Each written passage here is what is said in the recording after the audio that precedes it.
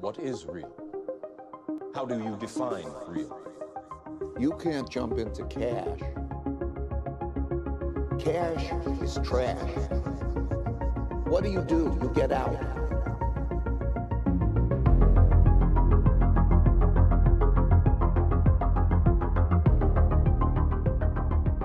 Heavily Armed Clown is working on Arctica, a free and open source Bitcoin self-custody solution.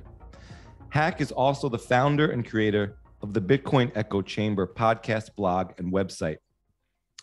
He's also the co-founder of the meme and website WTF Happened in 1971.com. What the fuck happened in 1971.com? The self-identified hack job macroeconomic analyst who says he's waiting for stylish confetti. Heavily Armed Clown, welcome back to the Bitcoin Matrix for the third time. How are you? Hey, man. It's good to see you again. Yeah, man. It's great to see you. You've been on the show 3 times. Episode 8, which that was an honor, man. That was just as I was getting going. We did What the Fuck Happened in 1971. Episode 13, you, Pierre, Rochard, and Guy Swann. We did an election night special, but that was a good one. That was great. And we go way beyond petty bullshit politics. I really recommend people go back to that one as well. Episode 30 was with your partner in crime and co-founder of What the Fuck Happened in 1971, Ben Prentice. We covered the history of central banking and inflation. And I do also want to note, you've written a couple of pieces recently that I've come across that I've really enjoyed. My wife actually sent me these pieces, and that's a big reason we're talking tonight, is she's always like, bring the clown back.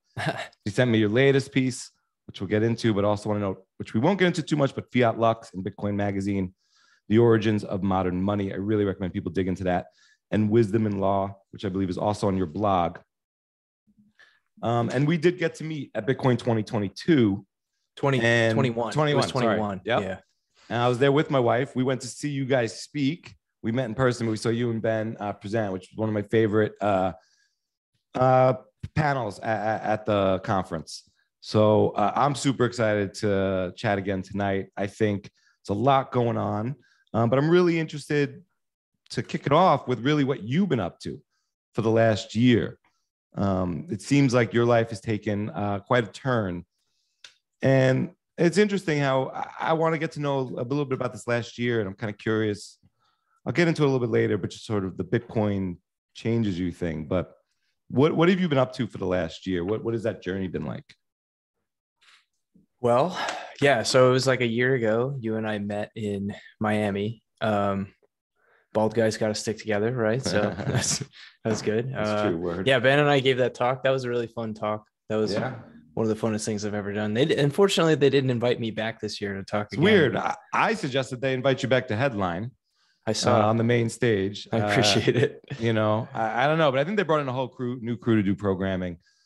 But yeah, I mean, I think I cried during that panel. It was just, you guys were really, it was fun. And there was a lot of emotion to it, which I think was a big part of what set it aside. And I think the camaraderie and the banter and the rapport between you and Ben is great. So, yeah, it was a good time. Yeah, I guess it's kind of weird for me because for the longest time, like I didn't really talk much about my personal life at all. And then I went through some things where I felt like it was something that I needed to talk about more kind of to my audience. And I did it in such a way where it was like, I probably mostly doxed myself. So, but like I still have tonight. Like, well, no, it's a little too late for that. But yeah, so I mean, I was in the Navy for like almost 8 years, and that was including like that time. So, all right, so I've never said this, and I probably shouldn't, but I'm gonna say it anyway because whatever. When I was in Miami and when I gave that talk, I actually wasn't supposed to be there because I was in the military and I wasn't vaccinated, and I also wasn't cleared to be in Miami.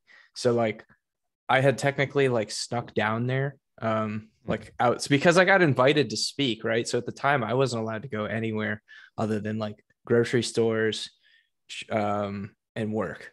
And I just was like, how many times do you get invited to speak at the biggest Bitcoin conference in the world? Probably not very many. So I'm going to just go ahead and roll the dice and do this. Right. As long as I don't get in a car accident or do something stupid, I'll be fine. So I did.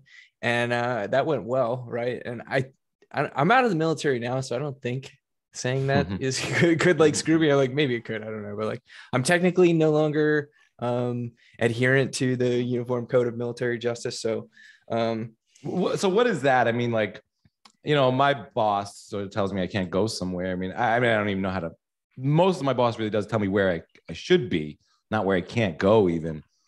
But I could always walk out. I could always quit. I could try to get a transfer to a different department. I mean, yeah, you definitely don't have that kind of freedom in the military. Like I think probably anybody that hasn't ever like spent time in the military probably doesn't even really realize this, but when you sign on, like that, you're signing like a blood contract. Like you don't just like say, hey guys, you know what? I tried this out for a few weeks and this really isn't for me. Like the military has to either kick you out or you have to do your time, and getting kicked out of the military is usually a pretty big deal. Like it usually comes with a lot of consequences attached to it. So because I don't think a lot of people realize either that like anybody that serves in the United States military is subject to like an entirely different code of laws than regular people. Like there are things that are like a straight up illegal for you to do if you're in the military. You're just held to a completely different standard, and you're charged by like a different legal jurisdiction. So like if you do something that's civilly illegal and illegal under the Uniform Code of Military Justice while you're in the military, you can actually get tried twice. You get tried and sentenced by the military, and then when you finish that, you have to get tried and sentenced by like a criminal court. So and a lot of like the UCMJ laws, like they don't even have counterparts like in the civilian world. So you have a lot less rights and freedoms, which is kind of in some ways, I guess that's what you'd expect, right? But then in other ways, it's kind of like that kind of seems like the opposite of the way you'd think it would be. Right. So was your Bitcoin journey primarily while you were in the Navy? Yeah, pretty much the entire thing. Yeah, that like a lot of like, if you probably go back and look at like a lot of my deeply rooted anger at like bureaucracies and like COVID in particular, and like a lot of the handling and policies around COVID, and then like waste in government, and a lot of my angst, I think, came from the fact that like that was just the environment that I was in, like 24/7, and hack was really kind of a way for me to like have an outlet for that, to talk about the things that I really couldn't, without being specific, but to like talk about a lot of the things that like I wanted to talk about all the time, that I wanted to vent about, but I really felt like I couldn't, because there's a lot of reasons that you can't say what you think in the military. So being in the military, do you think that was a big inspiration for being a NIM? Oh yeah, no, 100%. Yeah. That it started out that way, and then it ended up just kind of being like a convenient thing that worked in my favor. I think to this day, American Howell is not really a NIM anymore. I mean, you were the most striking NIM in Bitcoin Twitter for me. And I always wondered what would be the motivation to be a NIM, especially when you have such a clear voice or such a, interesting sort of angle or take on things. That's kind of really interesting there. So when you left, I mean, not so much when you left the military, but like, what did you turn to? Like when you decided to leave the military, were you going to continue what you did in the military just in private life, or what have you been working on since the military? You're on mute. Sorry. No problem. That's kind of a long story. So I don't even really know where to start in terms of like, it was never my intention to like spend a lot of time in the military. It was something that I did when I was young, because I kind of put too many eggs in one basket, and I really wanted to be a Navy SEAL, and that ended up not working out, because the Navy uses their Navy SEAL pipeline as a recruiting tool to like just fill underqualified job positions. So they basically take like their best, most qualified applicants, and then like say, oh, well, sorry, yeah, that SEAL thing's not going to work out. Here, go chip paint on a boat or whatever. So it ended up being like a thing that I thought was going to be maybe like 4 or 5 years, and I was going to go do some cool stuff, learn how to like shoot guns and blow stuff up. And it ended up turning into like an 8-year prison sentence. And there were like a lot of details in there. Like we'd have to really get in the weeds to kind of like walk through how I got from there to here. But I didn't, what I did in the military, like I didn't really do anything that translated to the civilian world. So if getting out, I would have had to work as like a government contractor. And I've made the decision. Well, I've known for a long time that I definitely want nothing to do with government work of any kind. So the last like kind of year was really spent reinventing myself on my own time and on my own dime, you know, like when I'd come home from work. So I was away from my family for like the last year and a half. Well, not now because I'm home now, but for like a year and a half, I was like away from my wife and kids. And so I just was like, okay, I'll do the military thing. I'll go to work and then I'll come home and I'll just like at night, I'll just be like learning to code. And I'm just going to dedicate myself to that so that I can get out of the money, get out of like this government slavery and go and do something good with my life and actually like provide value to people and do something useful rather than like being a hired soldier or like whatever. So that was really like where my focus was for the last year or so. And now that I'm out, like I applied to probably, so like I went through what would you call it? Bloom Tech. Yeah, well, it's Bloom Tech, formerly known as Lambda School. Yeah, I think a lot more people. Yeah, I know it as Lambda. I used to follow Austin on Twitter. I'd love to hear what that experience was like. It was pretty cool. We started out with like 150 people in my cohort and only like 12 graduated, maybe even less than that. Like the attrition rate is really high. It is not an easy program. Is it legit in this, you know, several ways I'm kind of getting at. I'd love to know your opinion and what you learned and the skills you gathered, but also maybe for the people who didn't make it through the program, was it free for them or did they kind of get a bad deal by not finishing the program? So the way the program works is that it's graduated, meaning that like if you make it through the first third, then you owe them like a third of the money. If you make it through 2/3, then you owe them 2/3 of the money. And if you make it through like 3/4 of it, then you owe them all the money. If you make it through a third, and you owe them a third of the money, do you think you have like either something you could show a future employer and or skills at that point that would be valuable by doing a third of the program? Maybe it would depend on the individual. Like, so the thing about tech, particularly software, and even more so, particularly like working as a developer, it's not really like a highly credentialed field. Like you don't really need a degree. Nobody's really looking for certifications unless you're like working in security or unless you're like working for the government and they want to see certain security certifications or something like that. It's a lot more about job experience, and then it's about like technical skill, and it's about like communication skills. So Lambda is kind of we could probably talk about Lambda for like an hour and a half because it's a really interesting business, but they have like a lot of hurdles to their business model because not only do they have to like recruit people into their pipeline and get them all the way through and find them jobs in order to get paid, because that's how their recuperation payment system is set up. But they also have to like do that with people who are hireable, right? Because just because you can teach someone software doesn't mean that like they're a good communicator or that they're a good team player or like any number of things. They could be a crack addict, right? But I don't know. Maybe they're just really unreliable, but they managed to make it through 9 months of computer programming. So Lambda's got like, well, now Bloom Tech has like a really uphill battle in that front. And I can't really speak too much to all the people who didn't make it through the pipeline. Probably a lot of them didn't realize what they were getting into. They just thought, oh, software engineers make a lot of money. That's what I want to do.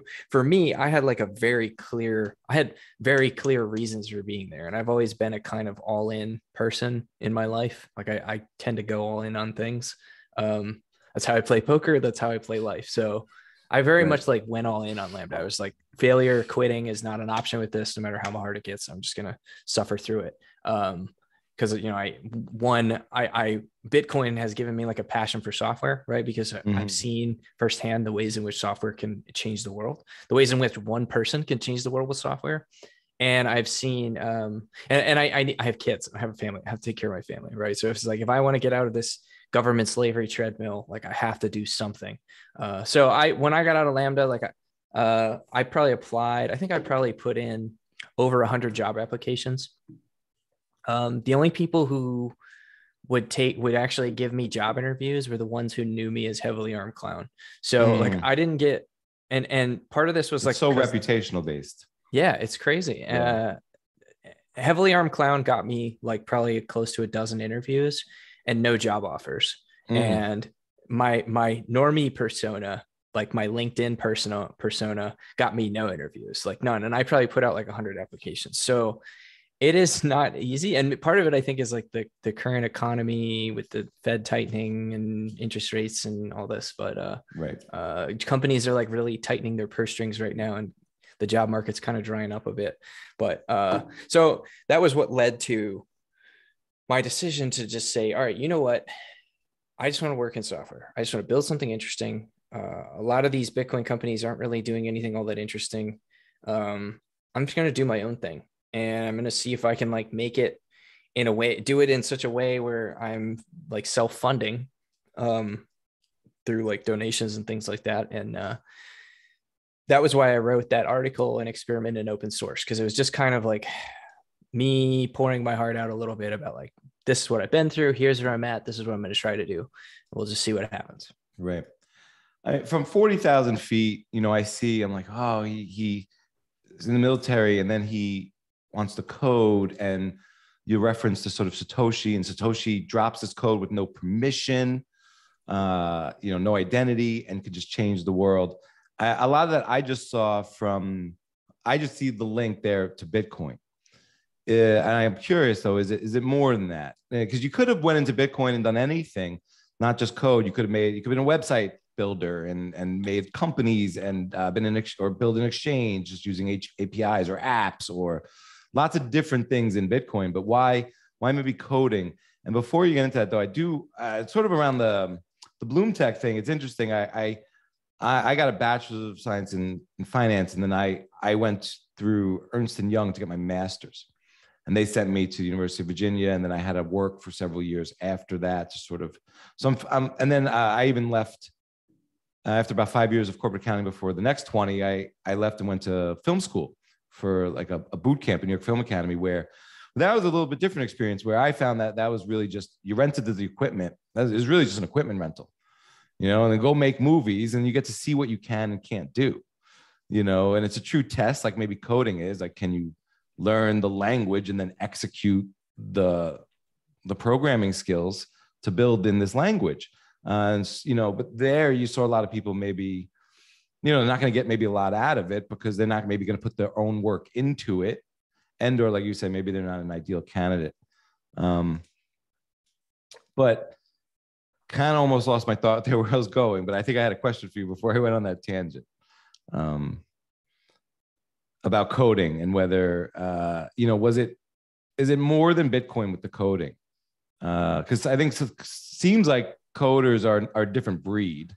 Yeah. You don't just get to, I'm going to be a coder. Yeah. You can say that, but I think it is. I mean, like, I've always been very engineering minded. I have a bachelor's of science too, but it's got nothing to do with computers. And I wanted to study computers when I was in college, and my guidance counselor talked me out of it. She told me that it was too hard.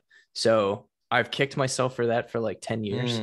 And I love coding. Like I sit down and I love like solving problems all day long.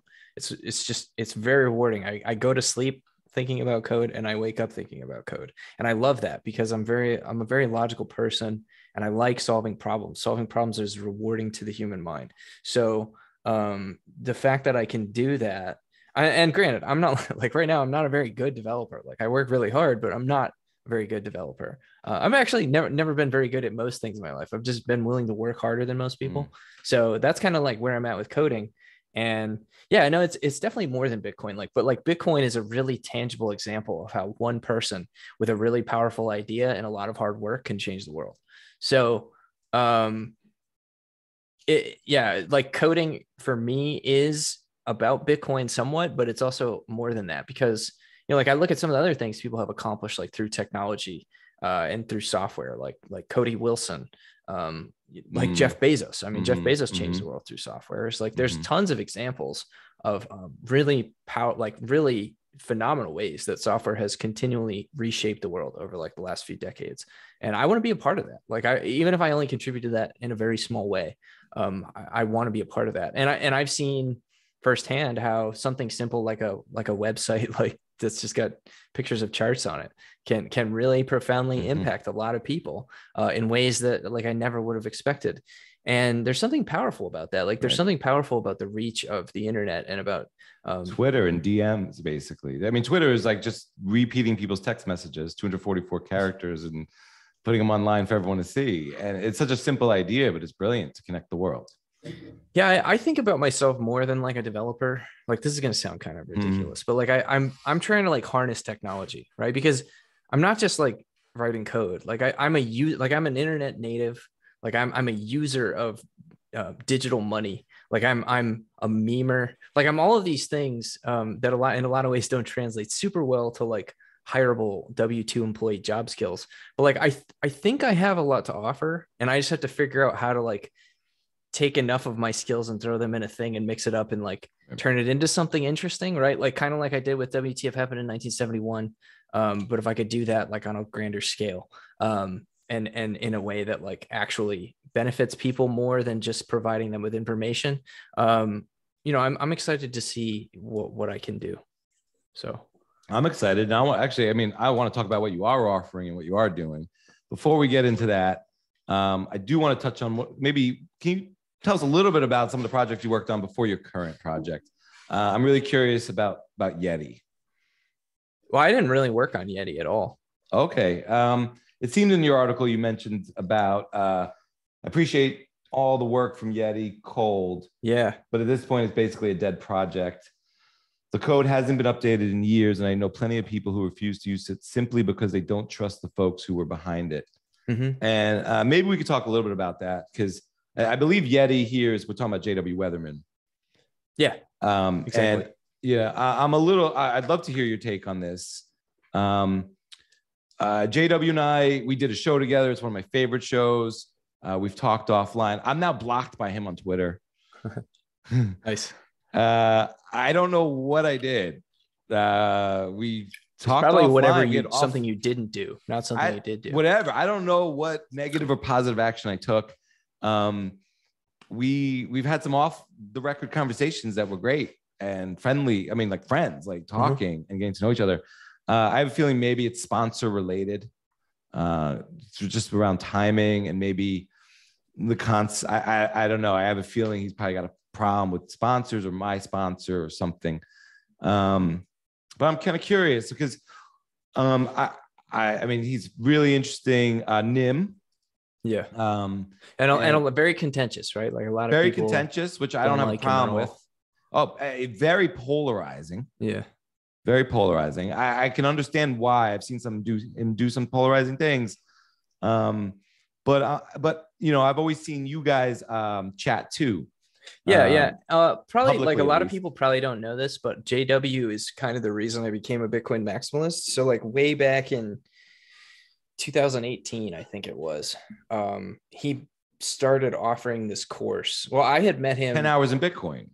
Yeah. Well, now it's 10 hours of Bitcoin. Back then it was called Cypherpunk University. Sure. And I had met him through YouTube because I had just been like on a YouTube rabbit hole binge and come across him on YouTube and was watching some old videos. Are you on a ship somewhere?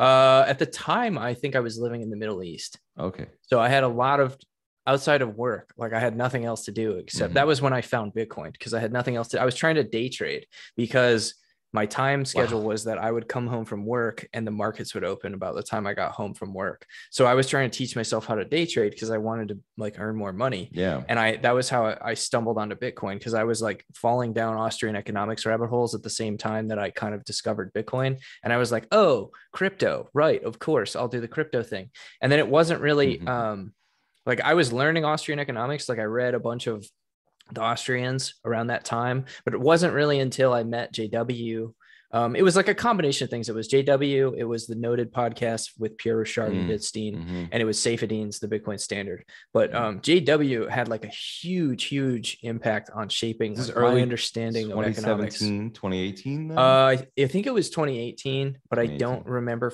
it was 20. I think it was 2018. Yeah, late 2017, early 2018, right. And his course.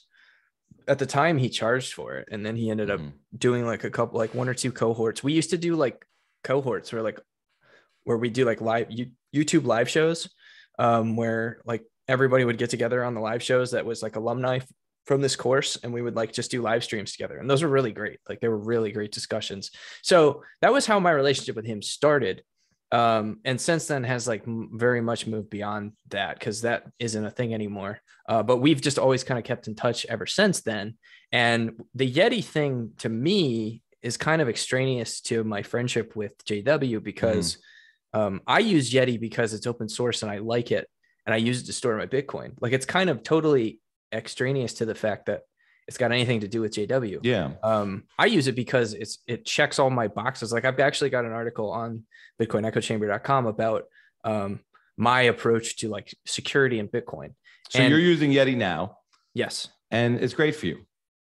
It does most of the things that I need it to do. And is that FOSS or yes, not? It's all free and open source. Yep. Yeah. My take on JW, I mean, I've seen him just share a lot of smart and good things. And you know, if you're building something that's FOSS, you could either use it or not use it. And it could be, I could separate that from the person, but it's another tool that's out there. You can check the code. Right. And that's the thing, is that I've never seen anybody come and say, oh, hey, here's all of these flaws in the Yeti code base. Right. And if they did, like you could just fix them because the code base is open source. So it's criticizing free and open source software unless you're like contributing to it is kind of ridiculous. Like unless you're being very specific and saying, here's what's wrong with this, and potentially here's how you fix it. Like you're mostly just making noise. And I take a lot of offense to it, actually, the mudslinging around Bitcoin security, because I know that there's a lot of money to be made in selling proprietary products to Bitcoiners. And I'm a capitalist. Like I don't have a problem with that, but the root of Bitcoin is that it's free and open source, right? So free and open source software is going to continue to eat the world. And I think that we would be wise as a community to not overlook free and open source contributions to anything, really. Yeah. I'm kind of curious what your take is on co-custodial multisig. When you say co-custodial, do you mean like Unchained Capital or Casa? Which they do have slightly different models. So they're not, I'm not gonna say the exact same thing, but I'm kind of curious in general. I don't really see the advantage to it. To me, it invites more risk. Like the whole reason that I'm attracted to like an open source multi-signature protocol that uses Bitcoin Core is because I'm minimizing third-party dependencies. Like I'm minimizing trusted middlemen.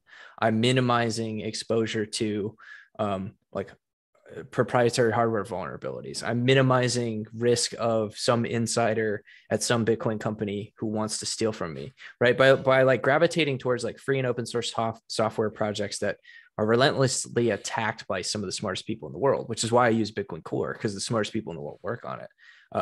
And gravitating towards like free and open source operating systems like Linux, and gravitating towards free and open source like Bitcoin custody storage protocols like Yeti and like Arctica, which I'm building, which my article says Arctica is going to be like a spiritual successor to Yeti.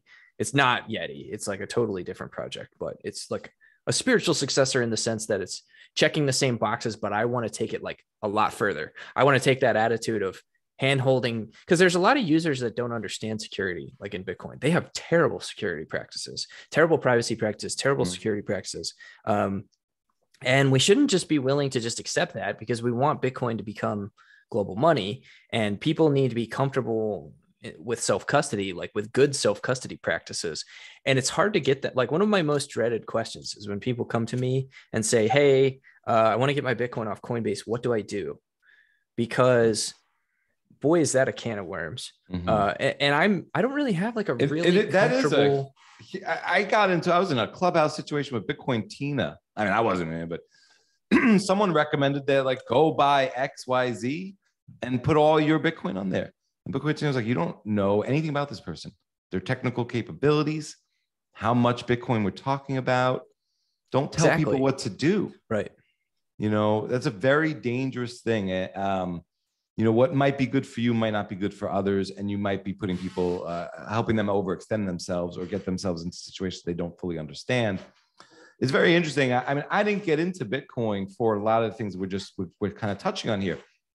I didn't necessarily get into Bitcoin for the privacy or the security or even the lack of counterparty risk. Those are things I learned along the way. And I can understand how a lot of new participants, users, and to be quite frank, speculators are not doing all those things. I kind of understand or rationalize that because they didn't necessarily get into it for those reasons. Totally. To me, once I've learned about these reasons from sort of first principles, or just not learning about them from first principles, but thinking about this more from first principles and what these things mean to me, they're just incredibly valuable properties. But they're still not necessarily my main motivation for, you know, where I'm coming from. And mostly, I think the first world. A lot of people aren't necessarily thinking about those problems that Bitcoin solves. I think they're at most maybe thinking about pristine collateral, but they're not even maybe taking advantage of the self-custody properties. But I do really want to turn to Arctica. So one, props on the name. I think it's dope. Oh, cool. Smart name. I think it's more credentials to your marketing or your meme abilities, your meme lord abilities. But I want to quote you from, you know, that you want something that exists that's easy to spend is easy to spend from quickly offline, doesn't require handwriting seed words, allows for multi-sig, but doesn't allow someone to see your Bitcoin balance if they find a single key, has decaying multi-sig and use vaults to sweep funds to safety to help solve for recoverability and inheritance, has optional compatibility with hardware wallets like Seed Signer, Trezor, Coldcard, and Jade, utilizes the new possibilities enabled with Taproot and Miniscript to improve speed, privacy, reliability, and efficiency. So what drove you in this direction? Again, you could be coding sort of a lot of different projects within Bitcoin. You're working on security here. How'd you come up with the name? And I mean, are you just sort of like a hardcore user of these sort of properties of Bitcoin and moving sats around from time to time, that you're just kind of running into issues and not getting what you want out there? Okay, so that's a lot. That was a lot of questions. So here's where it starts. I am a user of Bitcoin, and I'm a user of Bitcoin because it solves a lot of the most important problems in the world today. But Bitcoin only solves those problems for people who use it correctly. So like we're seeing like massive counterparty risk emerge in crypto, quote unquote, in general right now, around third-party custodians that are promise you tons of yield for holding your keys for you.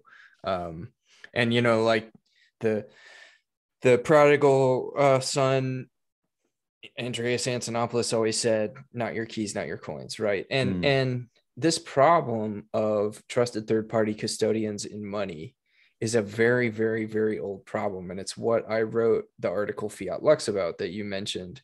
I think you mentioned it on air. I can't remember if it was before the show, but that's one of my favorite articles because it addresses one of my favorite articles that I've written, because it addresses a problem that most of the world like isn't really aware of because they don't understand the history of money and banking. And that is like the problem of specie redemption, which means like getting paid back out in that thing that you put in the bank, right? Like it, because you can put all your Bitcoin with some custodian, like what happened with Mt. Gox, right? Like, didn't most of the people get paid out in dollars instead of in Bitcoin because they weren't their own custodians? And yeah, it's a very complicated problem. But at the end of the day, like for Bitcoin to really work for you, you know, you need to be self-custodying it. But there's a lot of potential problems that come with that, because the onus of responsibility, a lot of the onus of the responsibility for good security practices fall on you, which is something that people aren't familiar with. And even more so when it comes to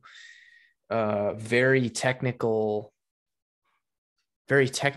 dense requirements to do it correctly.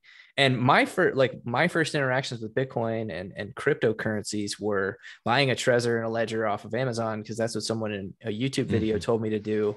And those things supported my favorite crap coins. So that was what I got. And that actually, normally that's terrible, but that actually ended up being a blessing for me, that I didn't buy it through Ledger because I wasn't included in the data breach.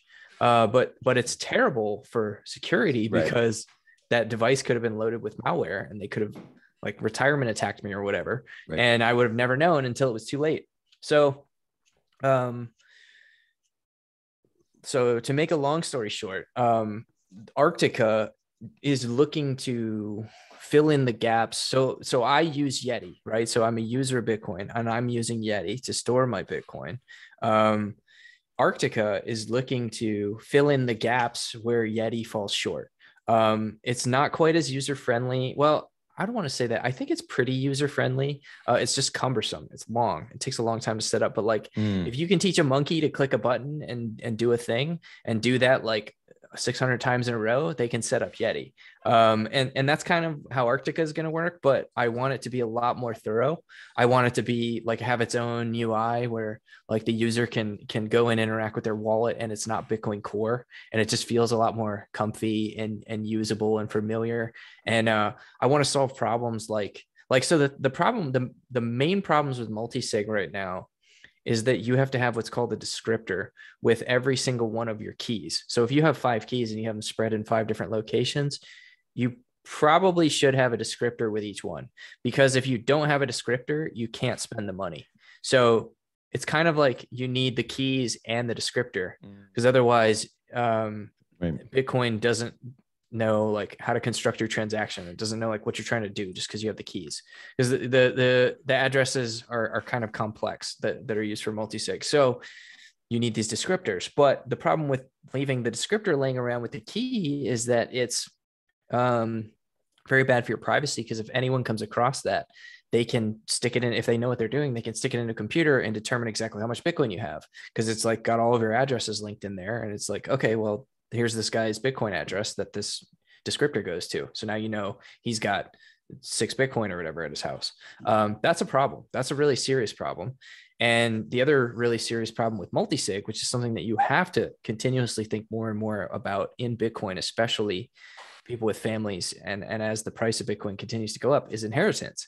Inheritance is a really hard problem to solve for, while also optimizing for security. Because if you're using a multisig setup and you die tomorrow, your family has to be able to recover, enough keys to be able to meet the spending threshold to get the money that you left behind. So those are all really hard problems, and Yeti doesn't address those problems at all. And Yeti hasn't been updated in a very long time. And like my article says, a lot of people don't like the deal behind Yeti. So okay, how about I go and do my own thing? And I try to improve upon those areas where I think Yeti is weak.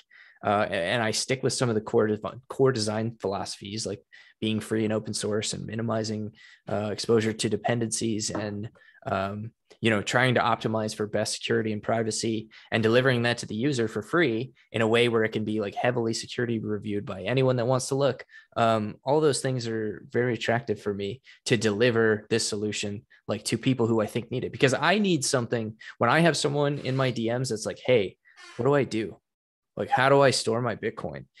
I don't get the warm and fuzzies if I tell them oh, just go buy a Trezor, or just go do any of my answers, oh, just go do this, because that's what they need to hear is oh, just go do this one thing.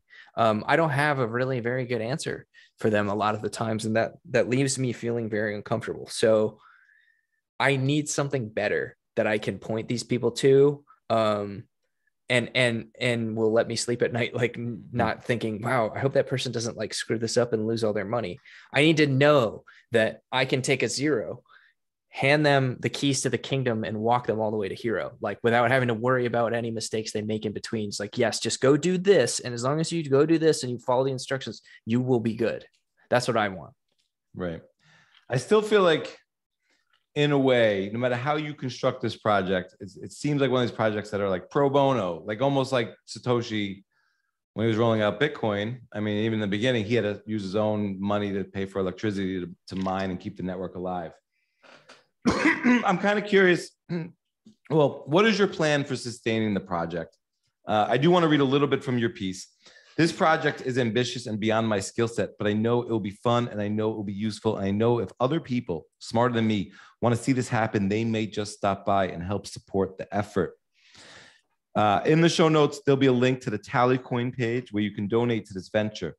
If you so choose, no pressure in Bitcoin.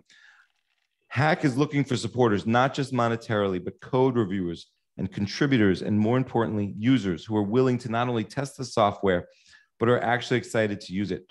Right now, the approach is going to be painting with a broad brush, but if you have any ideas you'd like to share, please feel free to reach out to Hack on Twitter or open up an issue on his GitHub. I know you've also been holding Twitter spaces and building a community around this project and trying to speak with developers the way maybe like BitDevs has meetings in each city and stuff. So how are you looking to sustain this project? I know there's a Tallycoin page, but tell us more about this. I think this is really important because I don't know how things maybe can go down the line when you get this off the ground, and maybe there's different ways to monetize it. But like obviously you're working on free and open software. How do you intend to sort of sustain yourself during this project? Yeah, so I mean, I think it's like I said earlier, like a lot of really great ideas are started by just like people that are really passionate about something, that work really hard at it for a long time. Like Amazon started like in Jeff Bezos's home office or in his garage, right? And he was just like selling books like that he bought at bookstores online, right? And I mean, like it doesn't, you don't have to start doing what Amazon does now today, right? You start doing what Jeff Bezos did 30 years ago, and then you end up with Amazon in 30 years, right? Like, so, but like, obviously I'm not building Amazon here. I'm building something way it's like simpler. You could, but I think this is very admirable. And I mean, you're trying to build something for the world that the world doesn't even know it needs yet. I say that in regard because most Bitcoiners are not aware of the threat vectors you're talking about.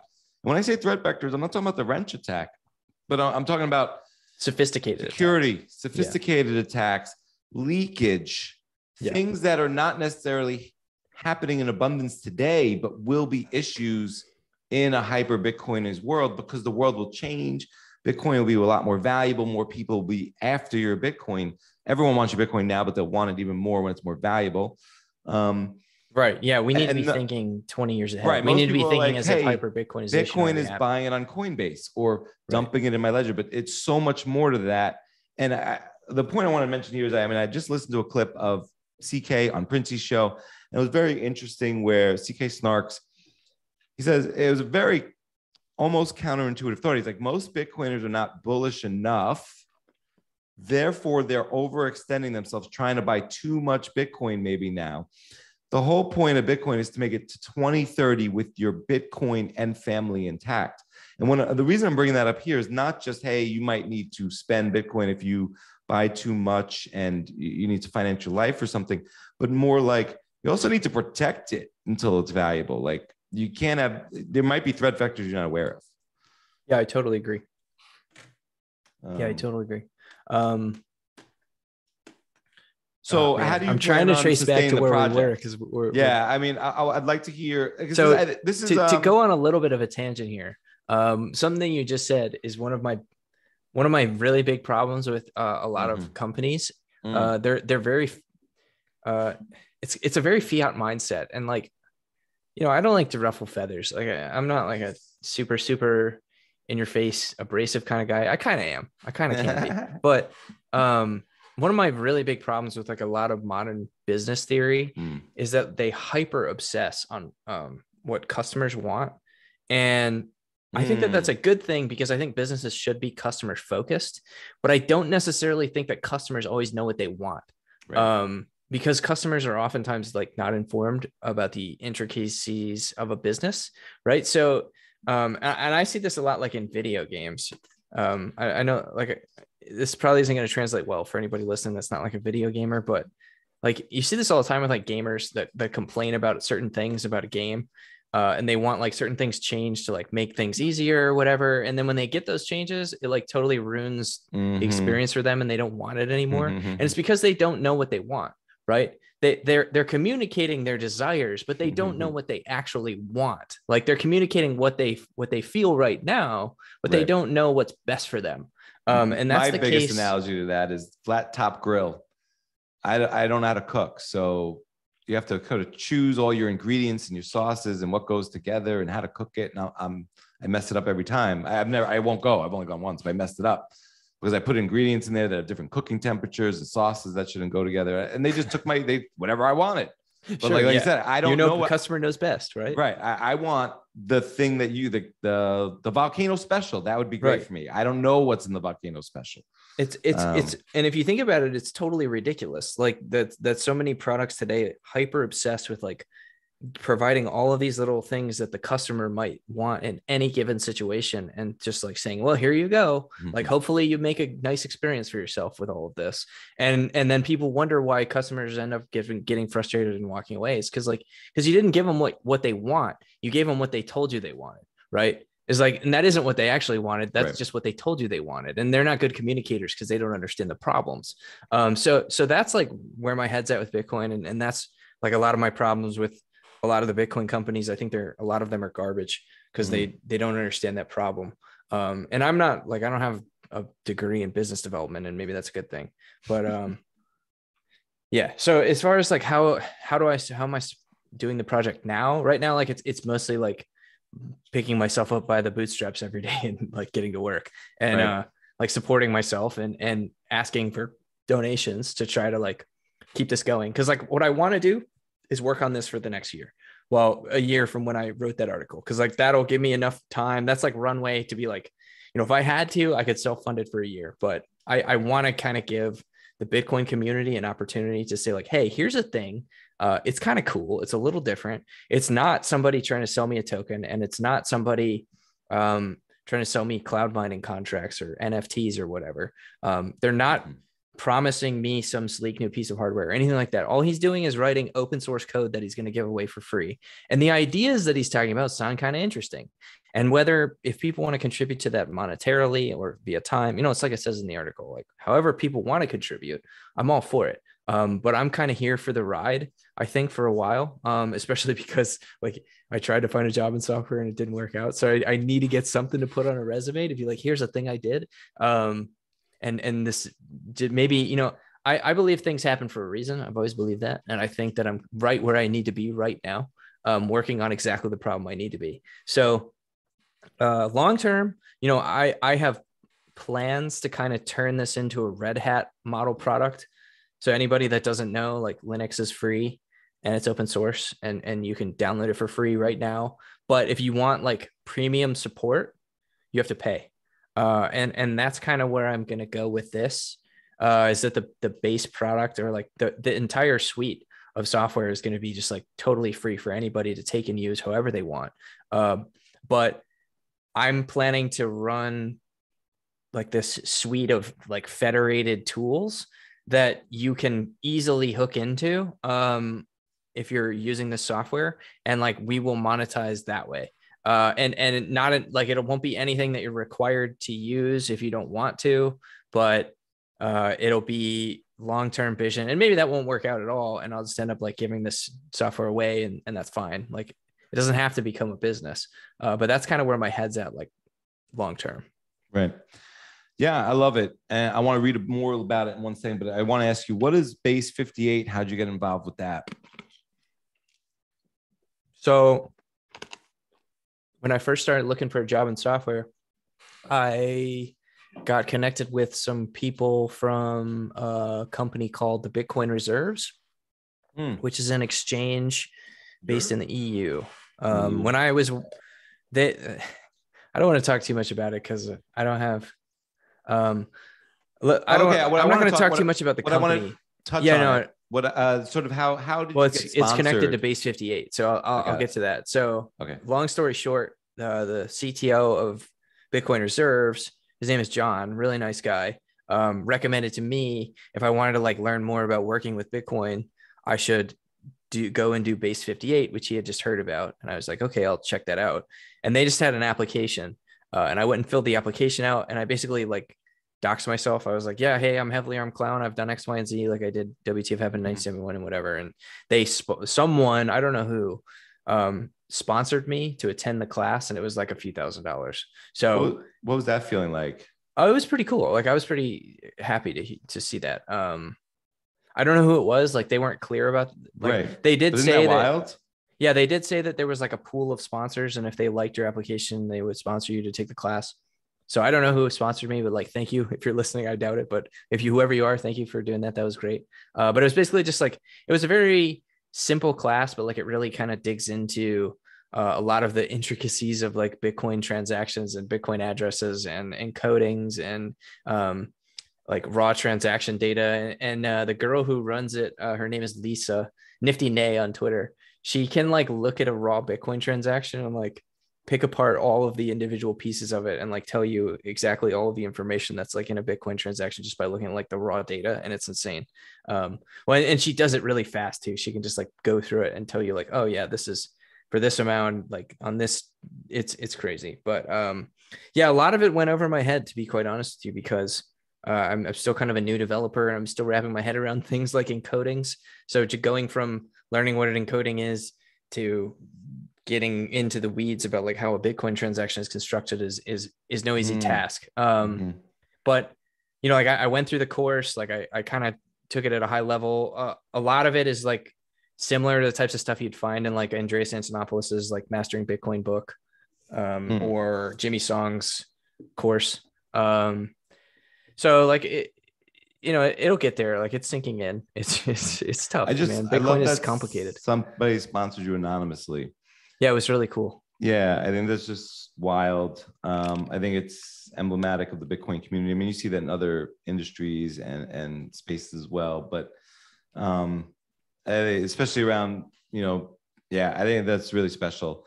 I do want to read a bit from your piece. Hack got into software because of Bitcoin. Bitcoin has changed his outlook on the whole world. Bitcoin made him realize what kinds of things are possible with software. Satoshi changed the world without anyone ever knowing his name. He never put together a slide deck or an investor perspectives. He never did a seed round or sent anybody his resume. He didn't ask for permission to do anything. He just built software that solved the problem he had identified. Maybe that's what hacks should do too, improve people's lives with software. This got him thinking, if people are willing to pay him to attend Base 58 or pay him to do freelance work or pay him for creating a meme website, maybe they would be willing to pay him to contribute to open source software. Yes, he's junior, but he's also pretty cheap. He decided he's going to conduct an experiment. His goal to work on free and open source Bitcoin software for 1 year full time. How? Crowdfunding $5,840 a month. This would be enough for him to support his family, his wife and kids while he works on open source full time. He intends to personally bankroll the first month's salary. Maybe this experiment will only last a month, but he's willing to give it a shot. Any money raised in excess of what he needs to pay himself would go towards development and marketing resources. What he wants is a project that checks all of his boxes. His thinking around this has changed, but for those who come to him and ask, what's the best way to store my Bitcoin? A project that not only meets the various needs of every type of Bitcoin user, from the minnow to the whale, but it directs them towards established, peer-reviewed best practices for their particular situation. I implore people to check out the Tallycoin page. I'll put a link in the show notes. It's really, I think, awesome what you're trying to do and build for Bitcoiners. There are very few people out there who can find the problems the customers aren't aware of. You know, it sounds simpler than it seems, but not everyone knows what people might need. So I love that you're trying to do that. And I really hope people go out and support the project. I know I will. I would love to turn to current events. There's a lot going on. I do want to throw some things at you. I mean, just right off, you know, I mean, this Luna, this Celsius stuff. What do you make of it? That's a loaded question, isn't it? Yeah, I mean, but like, why are people even doing this? Why are users? Why are people? I mean, why are people giving them retail? money? Is that what you mean? Yeah, I mean, are they just? I mean, I sort of going back to what you were saying about the military. You know, you had some free time, you'd get off work, the markets would open. I'd love to hear. Like, I mean, did any of that work for you? Were you quote unquote making money? I would like to say yes, but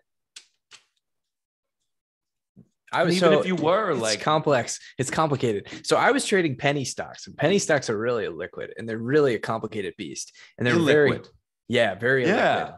My And parents traded penny stocks in the 70s. they're really They hard tell to me trade. about it every weekend. Yeah, you can make a lot of money on paper, and then you can't get the money because They lost no, all the money. Yeah. You know, the penny stock went from a penny to 5 cents to 10 cents to 18 cents.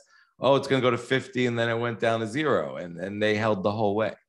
But it's really freaking fun And it ruined them probably. Yeah. Like, they missed out on so much asset inflation probably in the 80s and 90s. Right. Because they got they would have been burned. better off just buying the S&P 500. Yeah, I mean, we mock or we ridicule that stuff, but like, there wasn't Bitcoin then, and if you could get into that asset inflation, that was probably the best bet. But you know, people get involved in these things. I still don't. You know, the Bitcoin lending thing, I think, is a whole thing where I think there is a place for maybe not wanting to sell your Bitcoin, incur taxes, or you want to borrow against your assets, get a collateralized loan. People do it with stocks, bonds. It kind of takes away from counterparty risk or adds to your counterparty risk, and we could discuss that. But the whole yield on Bitcoin, to me, just I can't stand it. I think it's like, I don't understand people who are like, hey, I want to buy this asset. Either they're buying it to speculate it on it, or they're buying it for store value, and I need another 6, 8, 10%. I'm like, that is not worth anything if you're in this asset. I think it's horrible, or just not for most people. And yet you have something like a Celsius or Luna, and I think it's more just emblematic of people don't know what to do with their money, and they're throwing it at the wall and trying to make money with money. Yeah, which has no skill, no business, no. Right. You know, right. No, yeah, that's a lot of what it is. People are taught that that's what they're supposed to do. Yeah. Yeah. People think that that's what you do to get rich. You have to have a little bit of money, and then you take a little bit of money and you put it into a thing, and that gets you lucky, and then you turn it into a lot of money, and now you're rich. Like, that's how people think it works. Well, I'm not saying that you can't try, you know, but this notion of, oh, Bitcoin doesn't do anything for me. Like, I get to put it to use. I get a dividend or an interest rate. It's not any of those things. Yeah, that's retarded. Yeah, I don't understand why people are getting sort of caught up in these things. I don't even pay attention to anymore. But well, I did. Like, when I was into all that nonsense, like I was trading penny stocks like a lot, and I had one really good win where I was I made like 35 grand on like a single stock pick, and I put probably like $1,000 into it. But, well, on paper, I made like a 35 grand. I doubt I got all that out of it, but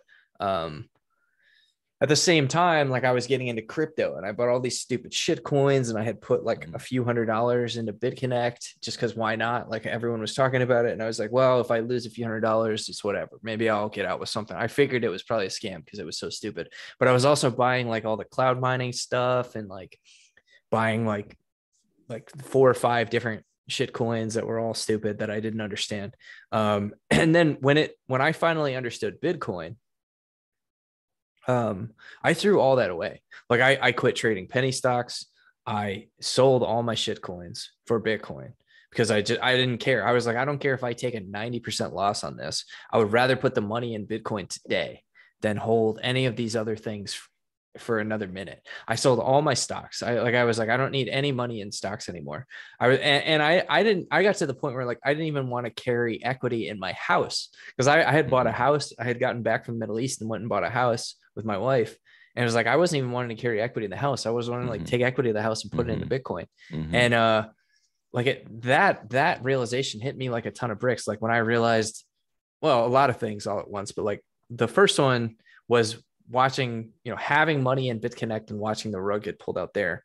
having money in cloud mining and watching rug get pulled out from me there multiple times on multiple platforms. And then that was happening. Those rug pulls were happening after I had like already understood Bitcoin, sold all my shit coins, and been like, well, I still have this exposure to these other stupid things. And I'm like locked in. There's nothing I can do about it. And then like watching those things fall apart and being like, wow, I got off the ship like before it sunk. That was kind of what it felt like. I was like, okay, this ship's going down, and I hopped off. And then I looked back and I was like, wow, that sucks. Yeah, there's no such thing as risk-free yield. There's no such thing as passive income. Those things are complete and total lies. They don't exist. There's no such thing as DeFi, except for Bitcoin. And this is why I love 10 hours of Bitcoin, right? Because JW is one of the best communicators when it comes to, he's the one that made me understand this. So like here, the ways that you make money, you start at very, very low skilled, unskilled labor, low paid, unskilled labor. Right. And then you work your way up to like more skilled labor that pays a little bit better. And then you work your way up to like specialist labor that pays pretty well. And then you work your way up to like entrepreneurship that can pay very well, but is a lot more risky because, you're gambling with your own accumulated capital to try to solve the market's problem profitably. And if you don't solve it profitably, that's on you or your investors, but also you usually. And then the level above that, like the more specialized level above entrepreneur, is speculator. Speculators technically should only be the people who are like already entrepreneurs that were successful, have accumulated excess capital, know the problems the market needs to solve, and looks for people who are trying to solve them and invest in them, right? There's no such thing as like taking money. So Fiat created this world where we take money and we give it to someone else and we hope that they invest it wisely for us. And then we expect to get like a positive return on that capital. It's literally insane. That's never how the world has worked. That's not how economic growth happens. It's why we ended up with so much sludge and nonsense and Fiat, like so many like Fiat companies solving Fiat problems. I think I forget what I was even going towards there, but I was heading towards like some really awesome thing I was going to nail like on the head with a hammer. But I think I got pretty close to what I was trying to say. I mean, I see it as a bit of. Sorry. Yeah. You can't. There's no such thing as risk-free yield because. Like you can't just like give somebody your money and have them promise you like a certain return and you're going to expect that you're going to get it. The government created that fallacy with the idea of like government debt, right? Whereas like, will you give us this amount of money and we'll give you this amount of money back? The only way they can make good on that promise of payment is to either raise taxes or print money. Right. It's like, because governments don't produce anything, but it instilled this idea of false confidence in people, especially in like the last 50 years after the government defaulted on its gold standard and just started printing money to pay its debts, that there is such a thing as risk-free yield and it's a government bond. And if governments can do it, so can companies. And it's just like totally distorted the way people think about entrepreneurship and value creation and economics and market forces. You can't just like, and this is why like index funds or hedge funds are stupid. Like index funds are stupid, like all these things where you just like throw your money at stuff. And I could talk about this for hours because like the government created all these problems where they incentivize people to throw their money into like 401ks that goes to money managers that just like throw the money at a wall somewhere and like enough stuff sticks because inflation, whatever. And then like they look like geniuses and then the customer's really happy and everybody's like, wow, we're all getting rich, but none of us are getting richer because the government's just printing more money. Right. I mean, it's just financialization. There's no value creation. I mean, what was astonishing about this cellulose thing and this lunatic thing was how slow of a roll it was. I mean, these projects were started in like 2017. I wasn't aware of them. I wasn't paying attention. I mean, I shitcoined for a while in the beginning, similar to your story. But once I figured out Bitcoin is the next Bitcoin and the properties of Bitcoin, none of these other things had those things. I'm astonished by that these games are just being played over and over. And the financialization now is just sort of like ravishing the retailer. It used to be maybe through the pension and the S&P, but this crypto stuff. But I want to turn a little bit towards maybe what we're seeing with Russia and the Federal Reserve, and Federal Reserve talking about a CBDC today.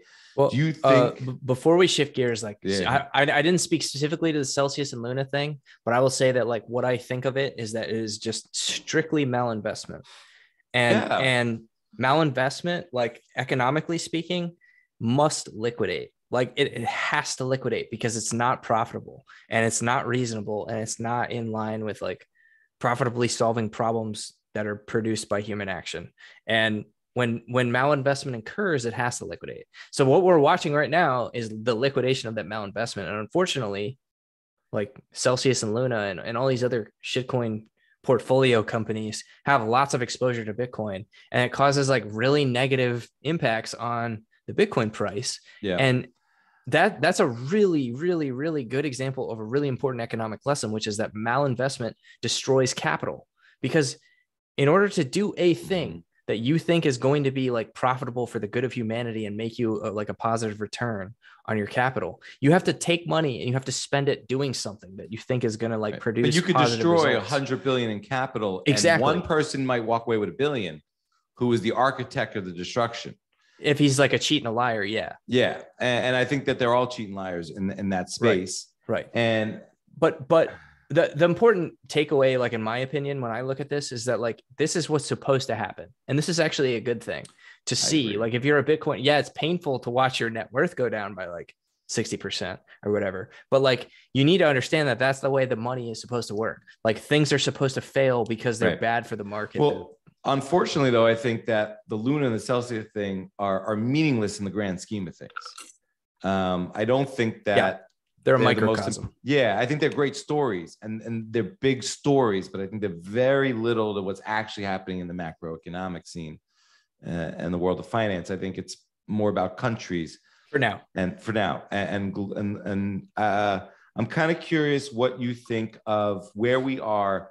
Is the dollar losing its status as the global reserve currency? Are we moving to a more multipolar world? Has that already happened? Or no, the dollar is still getting strong. It's a milkshake. And I got to tell you, man, like if you had asked me about where I would see us today, like 3 years ago, I would have predicted all of the inflation, but I never would have predicted that the Fed would try to do what they're doing now, which is to raise rates like they are. And I don't know if it's because I'm a rational human being and I expect that other people are all rational human beings and are going to act in ways that are rational. Because I do think that all human beings are rational and act rationally, but it's always like their information that tends to make them look like they're behaving irrationally, is because their information is different than yours. And I never expected this. I've been telling people I look like such an asshole because I've been telling people for like the last 2 years, the Fed's never going to raise interest rates again. They can't. I was wrong, man. Like I was so totally, completely wrong. Like I look back at some of the things that I've said like over the last few years and I was so totally wrong and I feel like an asshole. And maybe I needed that. Like maybe I needed that to bring me back down to earth a little bit. But like, hey, you don't know everything. You can't predict the future. The future is always uncertain.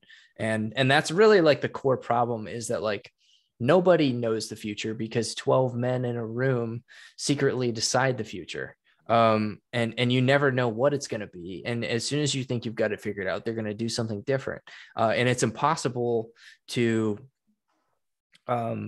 plan like for uncertainty in the world where 12 men decide like the fate of the economic future. And that's really what we're watching right now. And I could speculate as to like why, like it very well could be like because of the people in power right now in the United States, because they're just like so totally failing at dominating the narrative and at like controlling the population and about like looking forward towards like real, like their party staying in power and like winning re-elections and things like that they're kind of just like, fuck it, let it burn, kind of attitude. Like, well, we might as well like try to stamp this inflation down a little bit in the long term and let the market crash because we're not going to win 2024. We're not going to win midterms. Well, they're playing the long game. They're like, okay, well, we're going to take a step back. We've looted many trillions of dollars in the last few years. We'll take a step back here and hopefully we can course correct this ship before it careens into the iceberg. That's kind of what it feels like right now, is that like they're kind of just like, well, good luck, economy. Like, hopefully this doesn't hyperinflate or totally like destroy the US economy. People have no idea like what's happening right now, how bad it is. This is going to be, so the yield curve inverted, I think it was in April. So you're going to see the single probably worst like market shock / recession / depression that the United States has ever seen within the next 6 to 12 months. Maybe even sooner than that. What does that look like? I mean, lots of people losing jobs, lots of homes foreclosing, depending on, so like what it looks like largely depends on how much the US government intervenes. Like worst case scenario is the United States government just goes out of business and says, sorry guys, like we're done. But we all know that's not going to happen. Happening. Right. So chances are like the United States government intervenes a lot and extends the problem for like 10 years, like they did with the Great Depression, and then like they did again in 2008. Yeah. And we end up just with like more of the same, right? Because that's kind of like what the West does, is just more. If they could do what they did in 2008 again, which I'm starting to think they can, I mean, I would give them a lot of kudos, not because I like what they're doing, just I would give them credit for being able to do what they want to do. If they're able to manage their way through this, if 2020 to 2022 is the worst behind us in terms of, I don't know about just in terms of that they were able to manage this and temper this down and get through the next 8 years. I mean, that's masterful. Yeah, I don't think it's going to be quite like that. I think what they're really trying to do right now is that they know inflation is probably just going to continue to rise out of control.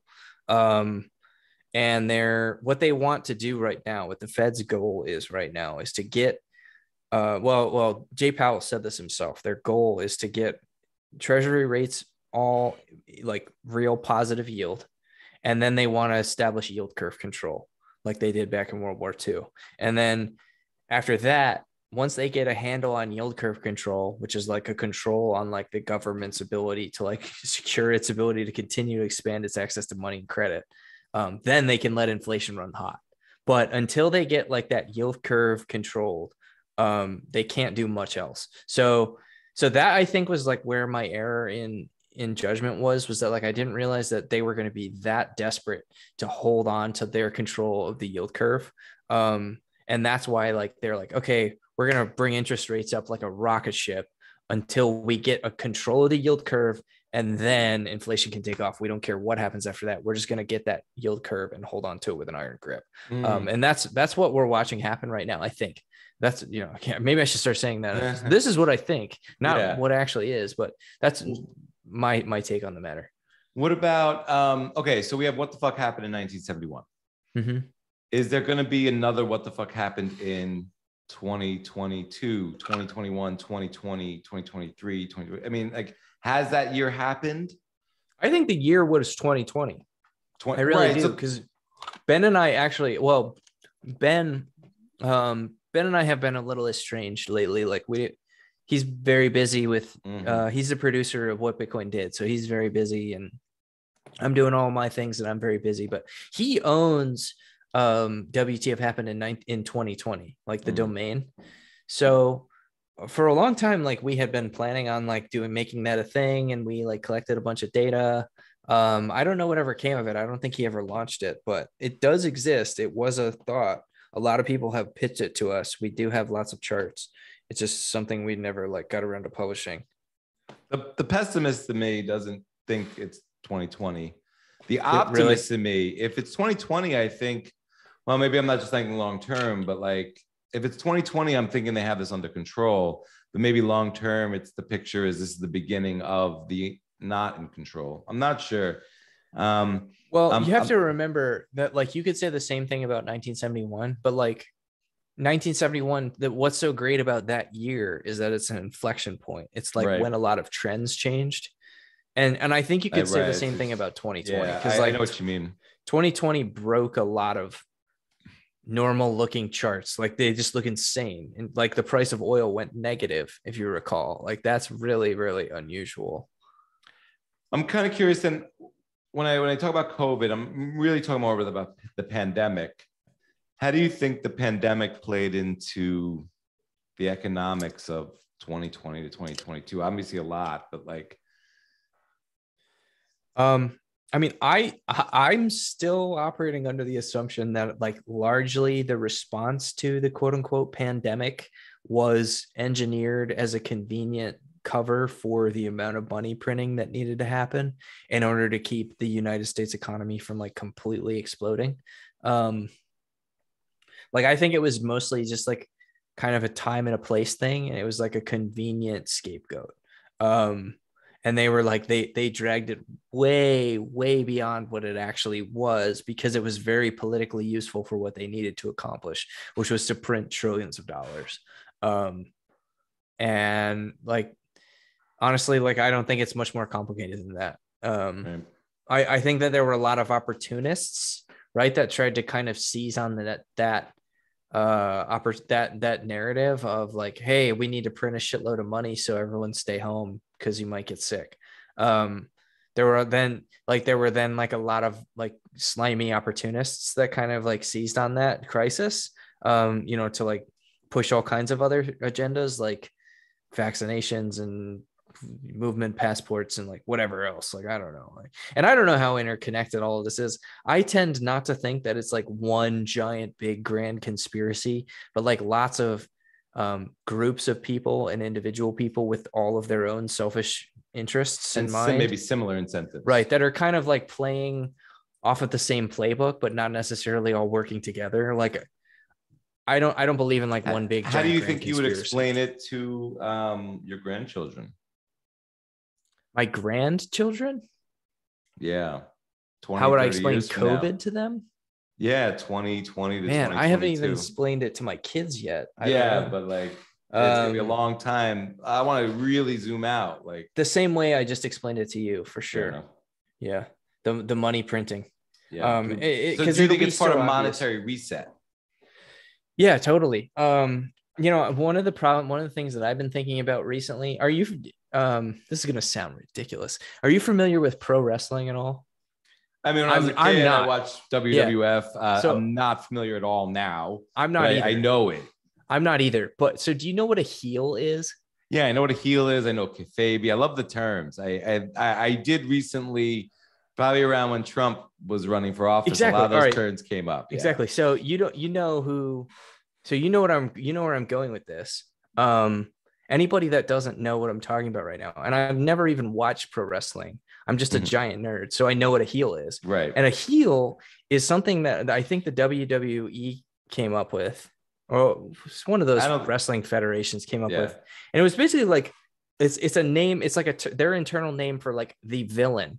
That they would cast a villain and create all this drama around a villain to make the grand story more entertaining for the viewers, right? Because that's all pro wrestling is just fake drama. Donald Trump is the heel. Yes. All right. Of sports politics, people. Like it's that simple. Does he know he's the heel? Probably. That's a very interesting question. Did all like this is how much I don't know pro wrestling. Did any of the pro wrestlers know that they were the heel? They definitely knew they were the heel. Of course they knew that they were the heel. Yeah, of course. Right? It was the like role. Yeah. They got cast. Right. They go out to dinner with the hero after. That's exactly what that's exactly what's been going on in the United States. I agree with that 100%. But it's very difficult to ascertain or pin who Vince McMahon is in this equation. So, you have like the other one is the Harlem Globetrotters, right? I mean, you have like the team that's on tour for winning and doing all the fancy stuff in basketball. I don't know if you heard of the Harlem Globetrotters. I only know who they are because of Scooby-Doo. Right. So. But they'd go against another team that they play the role of the idiot. I mean, they're not as good as the superstars on the Globetrotters. But you have fans who root for both sides. But the owner of the league owns both teams. He wins all the way. Whoever wins, whatever happens, is kind of like Vince McMahon. But like the owner of the heel is very hard to ascertain in American politics or maybe global politics or global money. And it shouldn't really matter too much. Like, I don't think it matters that much. No, it doesn't matter. What matters more is that we're the ones kind of like being taken for a ride on the show. You know what I mean? Yes. It's like at our expense. You know what I mean? I really try to check out of that show. Bitcoin really helped me understand the show and gave me an outlet, an escape valve, and a way to, I mean, I'm a control freak. So, you know, I think about counterparty risk in a lot of different ways, not just with money. But Bitcoin really sort of illuminated that idea, and yeah, so amazing properties of Bitcoin. I have one final question for you. What do you think of the movie A Few Good Men? Haven't seen it. Never saw A Few Good Men? No. Oh, wow. Not a big movie guy. Okay, fair enough. Well, it is a story about a code red in the military, and is it how old is it? Like 20 years old, maybe even more, maybe 25, 27 years old. And it came out. Is it Jack Nicholson? Nicholson, Tom Cruise. Okay, I'm familiar with it, but I haven't ever watched it. Yeah, it's a very interesting movie about freedom and sort of, you know, the in between black and white and the gray area of what happened and who's at fault. But it's a military drama. They perform a code red on a cadet who's just not keeping up, and he dies during the code red. And so you get into the whole debate whether they killed him, whether they're following orders, whether the people who sent the orders are really the responsible. Mm-hmm. And it gets into sort of military code, military law, and honorable and dishonorable discharges, and the meaning of the military, I guess. To me, it's a movie about freedom. I was kind of curious because you spent a lot of time in the military, and it's a complicated space, but you haven't seen it, so I do recommend you go out to see it. I lived through a pretty similar event. Like I knew, well, it'll get really dark really fast, but like I knew a kid who died in training, you know, just because they were doing what they were supposed to do for training, and he just drowned. Right. And, you know, you could make the same argument about that. It was like, oh, did they kill him? You know, was it just, were they just doing their jobs? And then there's a lot of suicide in the military, like a lot of suicide. More people killed themselves in 2021, in a single quarter of 2021, than died of COVID during the entire, like, 2 years COVID was a thing. Right. So there's like a lot of really serious problems with suicide in the military. And I personally knew people that killed themselves. It's like a very bad epidemic. Like the government doesn't talk about it, but the morale in general is really, really low right now, especially after the last few years. And like, there's a lot of people that are, so I worked with a lot of people who were either suicidal or depressed or both, or, you know, like, or straight up just took their own life. Like a lot. And in that sense, like, you could probably make an ethical argument against a lot of what's being done, because a lot of the things that are just being done is like burning the candle at both ends for the sake of protecting American bureaucracy. Yeah, it does seem like a lot of what's happening in the military is not having positive effects. Maybe it doesn't seem to be going in the right direction. But the final question in the movie, A Few Good Men, which was very interesting, and I wrestled with this today, and I preface it with my father was in the military, and he maybe promised I would never go in the military or become a public school teacher. Both things he did. Does every dad make their kid promise not to do whatever it is that they do? Because my dad made me promise never to be an airline pilot. Yeah, I don't know. I mean, I think every dad who doesn't maybe like what they do. Yeah. So I had one of those dads who did it for the family, and I get it. But the final question at the end of the movie is, so Jack Nicholson is painted as this barbaric character who orders code reds, and people die on his watch in terms of, not a lot of people dying, but there'll be, like what you mentioned, maybe suicides or accidents and things happening during normal routine training.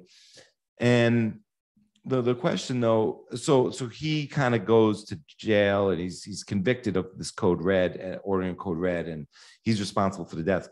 He says, "You just weakened the nation today," to the lawyer, the prosecuting lawyer. And it's a very, as someone who didn't go into the military, I don't know what the military is like from first-hand experience. And I've always pondered over that question of, did we, hypothetically, did we weaken the country in this example? You know, we win in the court of law and you can't do X, Y, and Z, but like, is the military weaker because we're now going to allow lower grade militants or soldiers in the military? We're not going to weed out the worst or whatever it is, and lives are on the line. And to me, I don't know if it's answerable. Yes, the answer is yes. What? Did we weaken a nation? 100%. Yeah. And it's a Absolutely. very, yeah. War is not a game, you know, and like in most cases, war is in the best interest of the state. In history, a lot of times like wars weren't financed by states; they were financed by like sovereigns. What do you mean by like sovereigns? Like a nobles and by like the nobles' constituents, not so much by like a nation state that could just fund forever wars.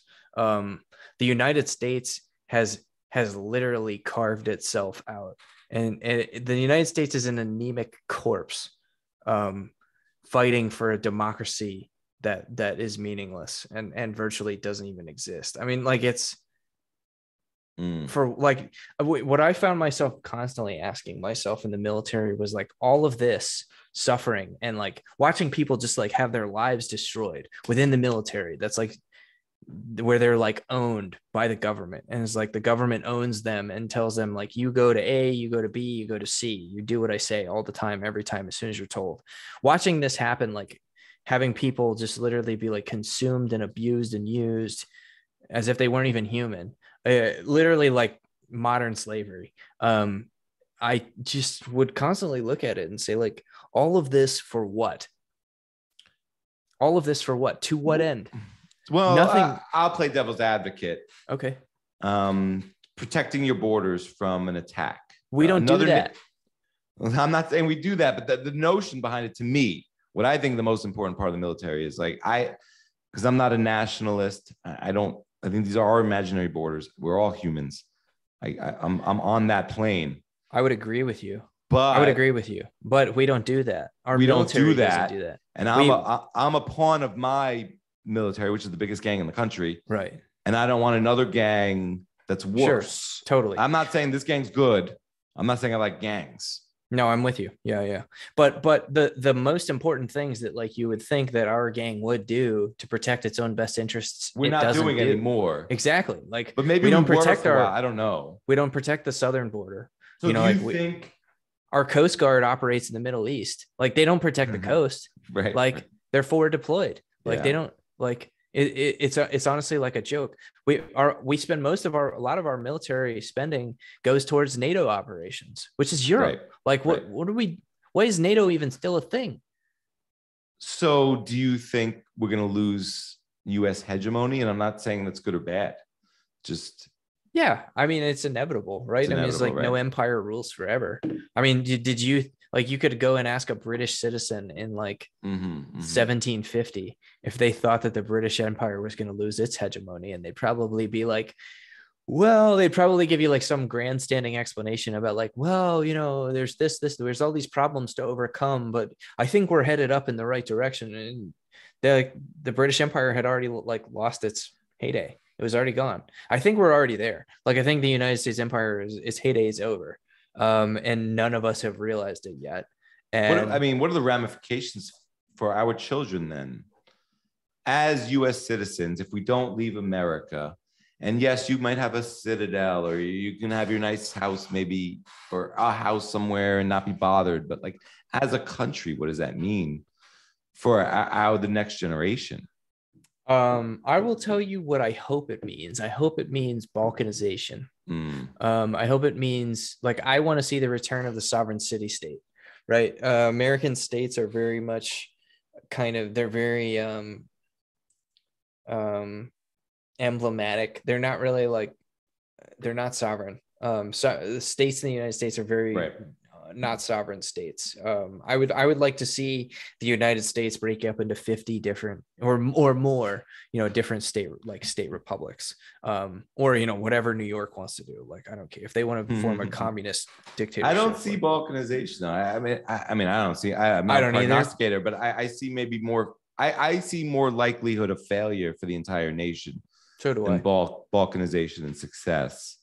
So do I. I think in a lot of ways, kind of touching on what you were talking about, I think there's a controlled demolition of the U.S. economy because that's the only way you can reset the money. But I don't know what that means, how it plays out. All I know is that the United States people still have more guns than pretty much all the militaries in the world combined. So, I know that they think right now, like, but it doesn't mean prosperity. No, it doesn't mean prosperity, but no, of course it doesn't mean prosperity. That means maybe not tyranny, but it doesn't mean prosperity. Maybe not tyranny, right? Maybe not tyranny. Because right now, like the big kind of political pushes are like, well, guys, we're coming to take away those guns, right? Like, you're not going to hang on to those, and we're just kind of like, no, you're not. Yeah, I don't know where that push goes, and I don't know. It's not a fight that they can win. I mean, like there might be a lot of it's it might go on for 50 years because you're trying to get people to volunteer to give it up. You're not going to take it. And it might go on for 50 years, but where we end up with like ghettos of people that still have their guns and they're not giving them up, but like eventually you lose that fight as a government because you can't. There's more guns than people in the United States. You can't win. This is a question I want to ask you. So Putin made, and I don't want to get into Putin per se, but he made a comment that was really interesting. He said the Russian economy is doing great. And he rattled off some better than it was before the war. Great. But what was really interesting to me, he said all the talk of the Russian economy not being great, not and having problems, decimated and all that was information warfare. Mm-hmm. Now, I don't know what the Russian economy is actually doing. I don't know if what he's doing is information warfare, but I get his point. And so when I think about that, though, it's like, all these numbers are, we know CPI, PPI, it's all architected, fabricated, manipulated, however you want to phrase it. But so then I don't know what is truly real. Yeah. Especially when we're talking about new events. That's why I like more like long form articles, research, documentaries, things that have taken place over a longer period of time, more research, more time to reflect. But in the moment, it's so hard to understand in our current environment what is actually going on. Yeah. So I guess my final question is, what do you look at?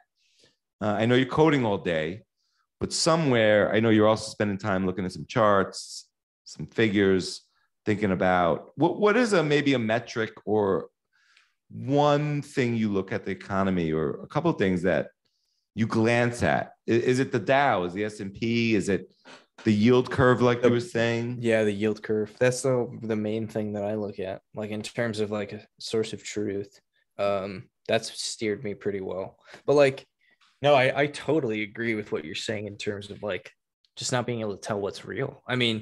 I've been seeing that story go around about the 10,000 cattle that supposably died. Right. I saw that you tweet about it. Yeah. Doesn't look real. It doesn't look real. Exactly. It reminds me of the video of the woman that dropped over dead in the street in China. Which supposedly COVID. And impacted me way too much. Yeah. No, everybody. We all watched that and we're like, holy shit, that's scary. Yeah. I don't want to die on the street I don't want that random shit to happen to me. Yeah. And that ended up to just be like totally fake, and the entire population just like forgot about that. But like at the time, that was a really big deal. That's how it feels. It feels it's like a constant information warfare. I find the best thing to do for me is to just kind of tune most of it out, because surprisingly, very little of it actually impacts your life directly. You fight it online. You're part. Yeah, no, I do. I'm like as a shit poster more than anything. You were a big part of. I came into Twitter and I was like, holy shit, this is all psychological warfare. I'm just getting destroyed. But I was like, I got to find the signal. And there was no signal anywhere else. Like Facebook was just devoid of value for me. Right. And I came to Twitter around 2016, 2017, when Trump was running for office. I was trying to understand this heel thing. And I just got bombarded by Bitcoin Twitter. And you were someone who Like I saw, like I thought you were like shooting bullets at me with your information, but those were like, I can't say good bullets, but I'm like, oh wow, like that, those are smart bullets, whatever you. I'm like, that's smart stuff. That's, you know, and that's like the good side of the war, you know, and then there's the bad side of the war. But like when you come into it, it's all mishmash. It's very confusing, and you understand you're in the battlefield of ideas. And I think that's where wars are actually being fought right now, in economics and currency and information. Yeah. And it's very difficult as a player in that battlefield who's not even trying to like embark on it, like trying to, I think Bitcoin's the escape valve. Like, hey, I don't have to be in your thing. And what was very interesting from 2017 to 2020, I've said this before, like I thought Bitcoin was the solution in the sense that like that was before the information warfare and economic warfare, I think, really ramped up in 2020. Mm-hmm, mm-hmm. So I felt like, oh, Bitcoin just set me free. All I got to do is go to my regular fiat mining job, stack some sats whenever I can, and take care of the family. And then everything changed in 2020. Right. Oh, wow. Like, am I living in the right state? This isn't going to be as easy as I thought. Yeah. Like, how do I hold on to these sats? So what are my threat vectors? But like, more importantly, what are my physical meat space situation like? Yeah, nobody wants to have to think about, no one wants to have to worry about where their meal in 6 months is going to come from. You know what I mean? It's like we've been so privileged to not have to think about it. You've never had to think about that. I don't think anyone is. Well, and I don't want it to, I mean, I've been prepping for a while, but like, I don't want it to go that way. Yeah, no, I don't either. And I still hope America is lucky enough if a lot of things happen. And then I hope, oh, the state I'm in, hope is luckier than the next state. But I am concerned about those things. I don't want to be ultra pessimistic. I think it pays to be an optimist, but I also think it pays to be prepared. But yeah, well, I think we've covered a lot of ground. I would love to have you back. We could definitely go more into fiat lux and wisdom and law. I think those would be fantastic topics to dive into. But it was great to reconnect and just get into some of what you're doing now, the project you're working on, Arctica, folks. I really think, support this project. It's, I think there's some certain sort of beauty and solitude, not a word, but reward in this Bitcoin thing and supporting people who are trying to get us further along on this path. And it's the only escape valve we have, and it's hope. But and then to reconnect on a lot of what's going on, because I do think I love your takes, and I love what you're doing on Twitter. I'll leave it to you for any parting words. Definitely let people know more details about where they can find you, your work, and how they can support your project. I love coming on your show, man. I didn't even realize that this was the 4th time I had been on here until you said it earlier. I had forgotten that we had done so many of these. So that's really cool. And I'm really grateful to you for having me on just to talk about this project, because it hasn't gotten like a ton of traction. So it's exciting to see somebody engage with it. So that's fun, because I've been working on it really hard, like full time for like the last month plus. So I'm really excited to see where the future goes. If people want to know more about it, like they can just go to my Twitter and either go to bitcoinechochamber.com, which is like my link on my Twitter, and there they can find the Arctica dev blog, or go to like my pinned tweet where they can find the tally coin. The tally coin raised like $1,000 just in the first 24 hours, which totally blew my mind. I was not expecting that. So that was really cool. What is tally coin? It's just like Patreon, but with Bitcoin, basically. Oh, cool. Yeah. So it's not like recurring payments, but it's like a donation portal where it's like really easy to, it like tracks. It's like, this is how much he's raised this month. So it's kind of like a little progress bar. So it's like a neat little feedback loop. And people can like leave comments and stuff. So that's cool. So yeah, other than that, like if anybody wants to know anything about the project or wants to contribute, just hit me up on Twitter or whatever, wherever you can find me. And I will happily. And I know you're running the spaces and other events for people to connect on this project. I'm trying to do dev vlogs once a week on Thursdays. So that's smart. And that's another way to contribute, not just to your project, but to your community. I mean, that's more time I love that. I think that's a really interesting way to bring people in, get them involved in different facets. Yeah, that's already paid dividends. Like I've already had, cause I'm using the Bitcoin UI kit to design all like the front end assets. And I was like posting in their Slack. I was like, guys, how can I get some of the stuff I've designed like back into your GitHub project? Cause it's like all free and open source. And I was like, here's a bunch of devlogs I've done on the project that I'm working on. And they were like, oh, this is great. And now when I look at their Slack and I see new people coming in and they're like, hey, I'm working on X, Y, and Z. How do I what do I do? And they're like, oh, you should look at what Hack is doing and do his devlogs like he does. I'm like, oh, that's cool. I like inspired a trend. I hope that more people do that. Cause I love seeing when I was like in a non-developer role, like I loved kind of getting a peek behind the curtains on like how certain things were done and how the what's the phrase, how the cheese is made or whatever. If you could orange pill one person, who would it be? Oh man, you asked me this before. I think I did. I would have liked to know who I said the first time that you asked me this question. I think I've asked it maybe twice in the show. This is the second time. It might have been a different podcast. It might have been Daniel who asked me this question, because this is Daniel's question, isn't it? Isn't this what he usually asks? Yeah, I think so. Yeah, I don't remember what I said. I try not to use other people's questions, but I wanted to. No, that's a great question. I really think that that's a really good question, because I think that's a really important question. My answer would be Jeff Bezos, 100%. Really? Yeah. Okay, well, he's you probably the most Bezos important quite man a in the lot world. in this show. Yeah, he's probably the most important man in the world, because he's You the think only he's the person most who's important man in the world. 100%, dude. What company do you use more than anything else? You're probably right, and they control the CIA. I mean, they do the cloud computing for the CIA. Yeah, and I can't make up my mind about. Okay, Bezos, but okay, let me ask you this Musk. question about Bezos then.